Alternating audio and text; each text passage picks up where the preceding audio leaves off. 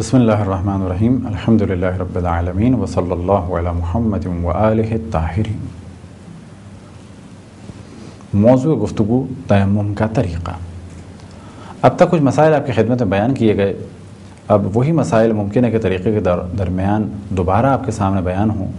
بس اس وقت ہماری گفتگو کا اصل موضوع ہے تیمم کا طریقہ، تو لہٰذا زیادہ فوکس ہوگا طریقے کے بارے میں، اور ساتھ ہی کچھ مسائل بیان ہوں گے تاکہ اگر کوئی فقط اس لیکچر کو بھی سنے تو وہ تیمم صحیح طریقے سے کر سکے۔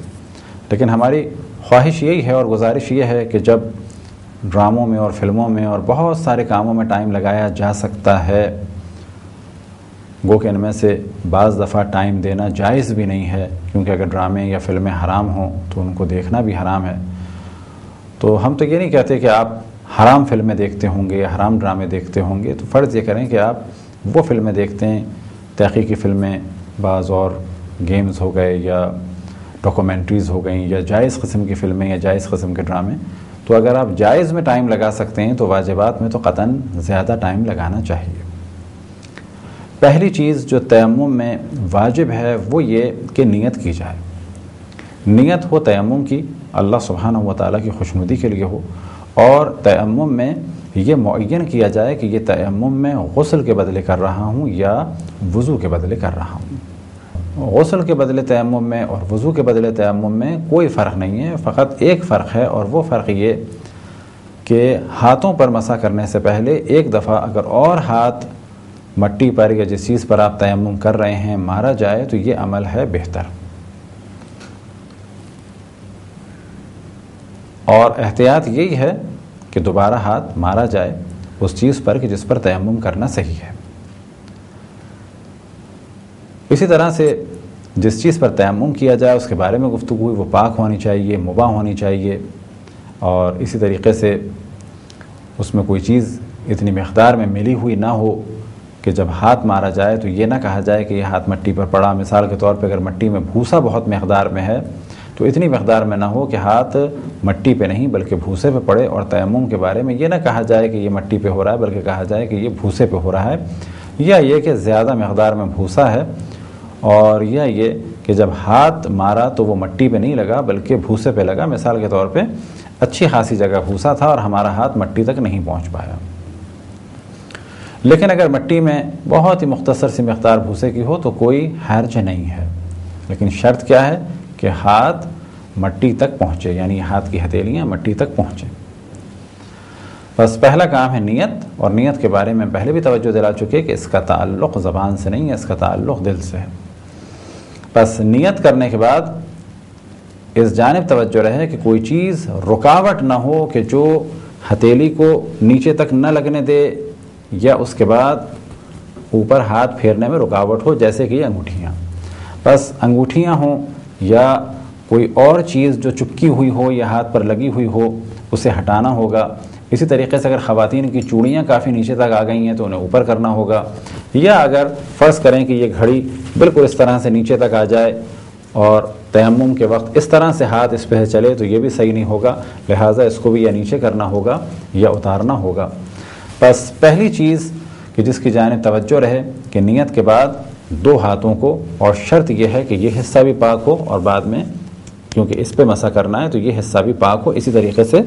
چہرے کا یہ حصہ بھی پاک ہو۔ نیت کے بعد پہلا عمل یہ ہے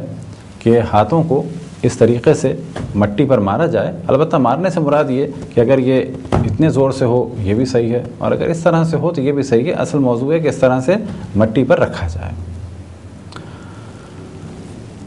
اور پھر اس کے بعد ہاتھ اٹھانے کے بعد جو مٹی اس طرح سے اس میں لگی ہے اسے عموماً جو طریقہ ہے وہ اس طرح سے گرا دیا جائے، یا ایسے بھی کر دیا جائے تو حرج نہیں ہے، لیکن عموماً جو دیکھنے میں آتا ہے علماء اور مراجع و عظام بھی کرتے ہیں وہ اس طریقے سے گرا دیتے ہیں۔ اب پہلا مرحلہ یہ ہے کہ انہی ہاتھوں سے بالوں کے اگنے کی جگہ سے لے کر بھووں کے اوپر تک، اور احتیاط یہ ہے کہ بھووں کو بھی شامل کر لیا جائے، اور ناک کے اس والے حصے تک ہاتھ کو اس طرح سے پھیرا جائے، اور ساتھ ہی یہ جو عام طور پہ ایک روشن حصہ ہوتا ہے اس پر بھی ہاتھ پھیرا جائے۔ یہ ہے پوری جگہ تیمم کی۔ اب یہ کس طرح سے پھیرنا ہے؟ ہاتھ کے اندرونی حصے سے اوپر کی جانب سے اس کو اس طرح سے مس کرنا ہے اور اس طرح سے انگوٹھے کو کھلا رکھیں اور ایک ہی وقت میں یہ پورے حصے کا مسح ہو جائے گا۔ اب یہ بھمیں بھی پوری ہو گئیں، یہ حصہ بھی پورا ہو گیا، اسے کہا جائے گا کہ یہ چہرے کا مسح ہو گیا۔ اگر غسل کے لیے ہے تو دوبارہ ہاتھ اس طرح سے مٹی پہ ماریں، یہ بہتر ہے اور احتیاط کے مطابق ہے، اور اگر وضو کے بدلے ہے تو یہ ایک ہی دفعہ کافی ہے، البتہ غسل کے لیے بھی ایک ہی دفعہ کافی ہے۔